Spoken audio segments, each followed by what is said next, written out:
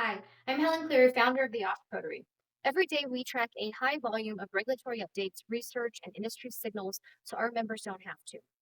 I pulled a few stories from our daily EHS news drop that deserve a closer look to share, not because they're breaking news, but because they point to some of the most critical shifts that EHS leaders should be paying attention to today. This round, there's a theme that kept showing up: a growing gap between what organizations think is covered and what's actually happening in the field. So let's get started.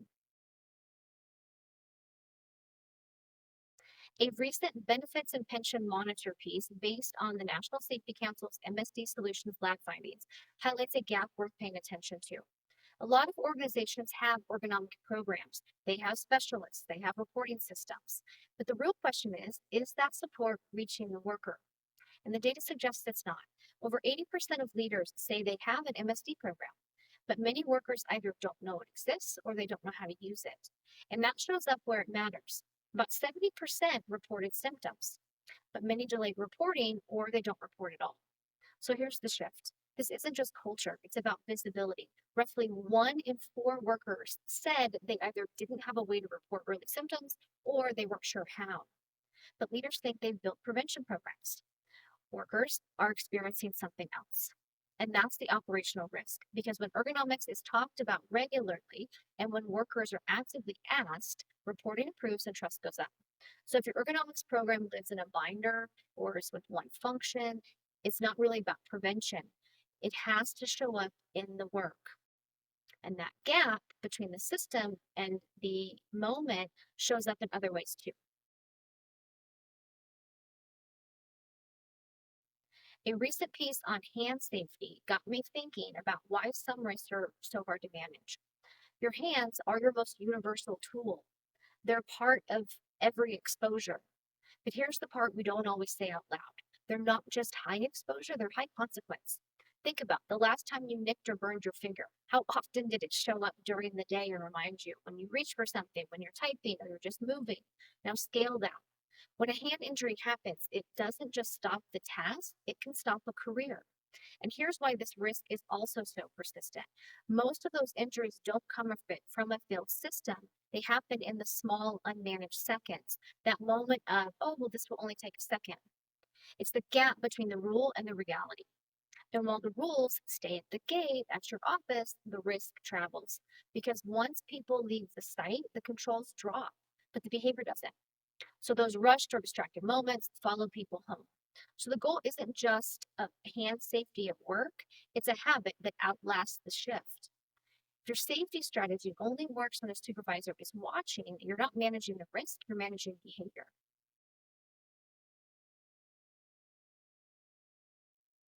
A recent HR Dive piece on toxic managers and employee dehumanization got me thinking about a risk that we still don't talk about enough. Because when people start feeling like a tool or a number or just a unit of output, the problem isn't only morale, it's a signal. When workers lose a sense of agency, they stop speaking up the same way. They stop raising the early concern. They stop observing the extra observation. And they stop believing their input will change anything. And that matters operationally because safety depends on more than compliance. It depends on people noticing something is off, questioning it, and reporting it, interrupting the flow before it becomes an incident. So when leadership behavior strips away agency, you don't just get burnout, you get silence.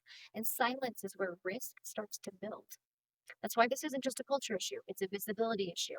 Because the moment workers feel reduced to throughput, the organization starts losing sight of what's actually happening. If people don't feel human or supported at work, they won't act like owners of the risk.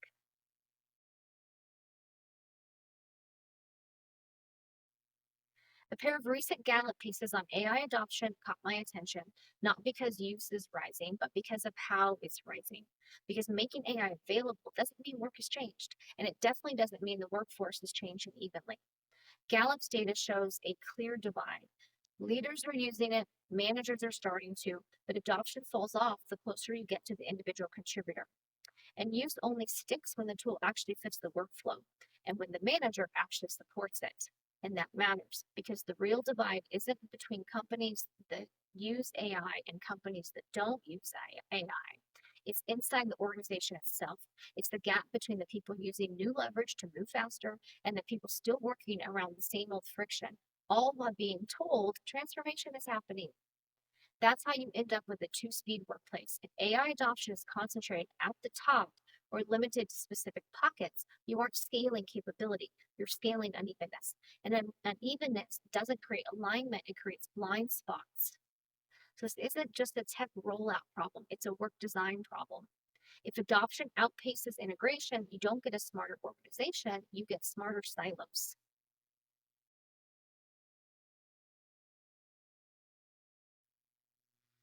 A recent PFAS story out of Patagonia caught my attention. Yes, because it involved penguins, but the penguins aren't really the point, but it got me to read it. The point is the monitoring. Researchers used silicone bands to track what those animals were exposed to as they moved through their environment. And paired with newer work on silicone wristbands for people, the signal's getting pretty clear. We're getting better at measuring exposure the way that exposure actually happens, not as a snapshot, not as a pattern, but across movement, surfaces, across time. That matters because exposure doesn't happen in neat testing conditions. It happens in the real world. And the closer monitoring gets to lived exposure, the better chance we have of seeing the risk before it fades into the background. So the real shift isn't that PFAS reached the penguins, which is concerning, but it's that monitoring is finally starting to follow exposure in motion. Okay, we've covered a lot today, from ergonomic gaps and unmanaged moments to the way AI is creating new operational silos.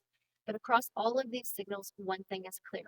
The risk isn't in the systems you've built, it's in the distance between those systems and the reality of the work. So think about that. At Oshproder, this is the work we do every day. We track the high volume of noise, the news, the research, the regulatory updates, so you don't have to. But more importantly, we help make sense of what it all means for your operation. We believe that better visibility leads to better decisions. If you found this analysis helpful, I invite you to join us. Use the link in the comments to see how we're helping OSH leaders stay ahead of the next shift.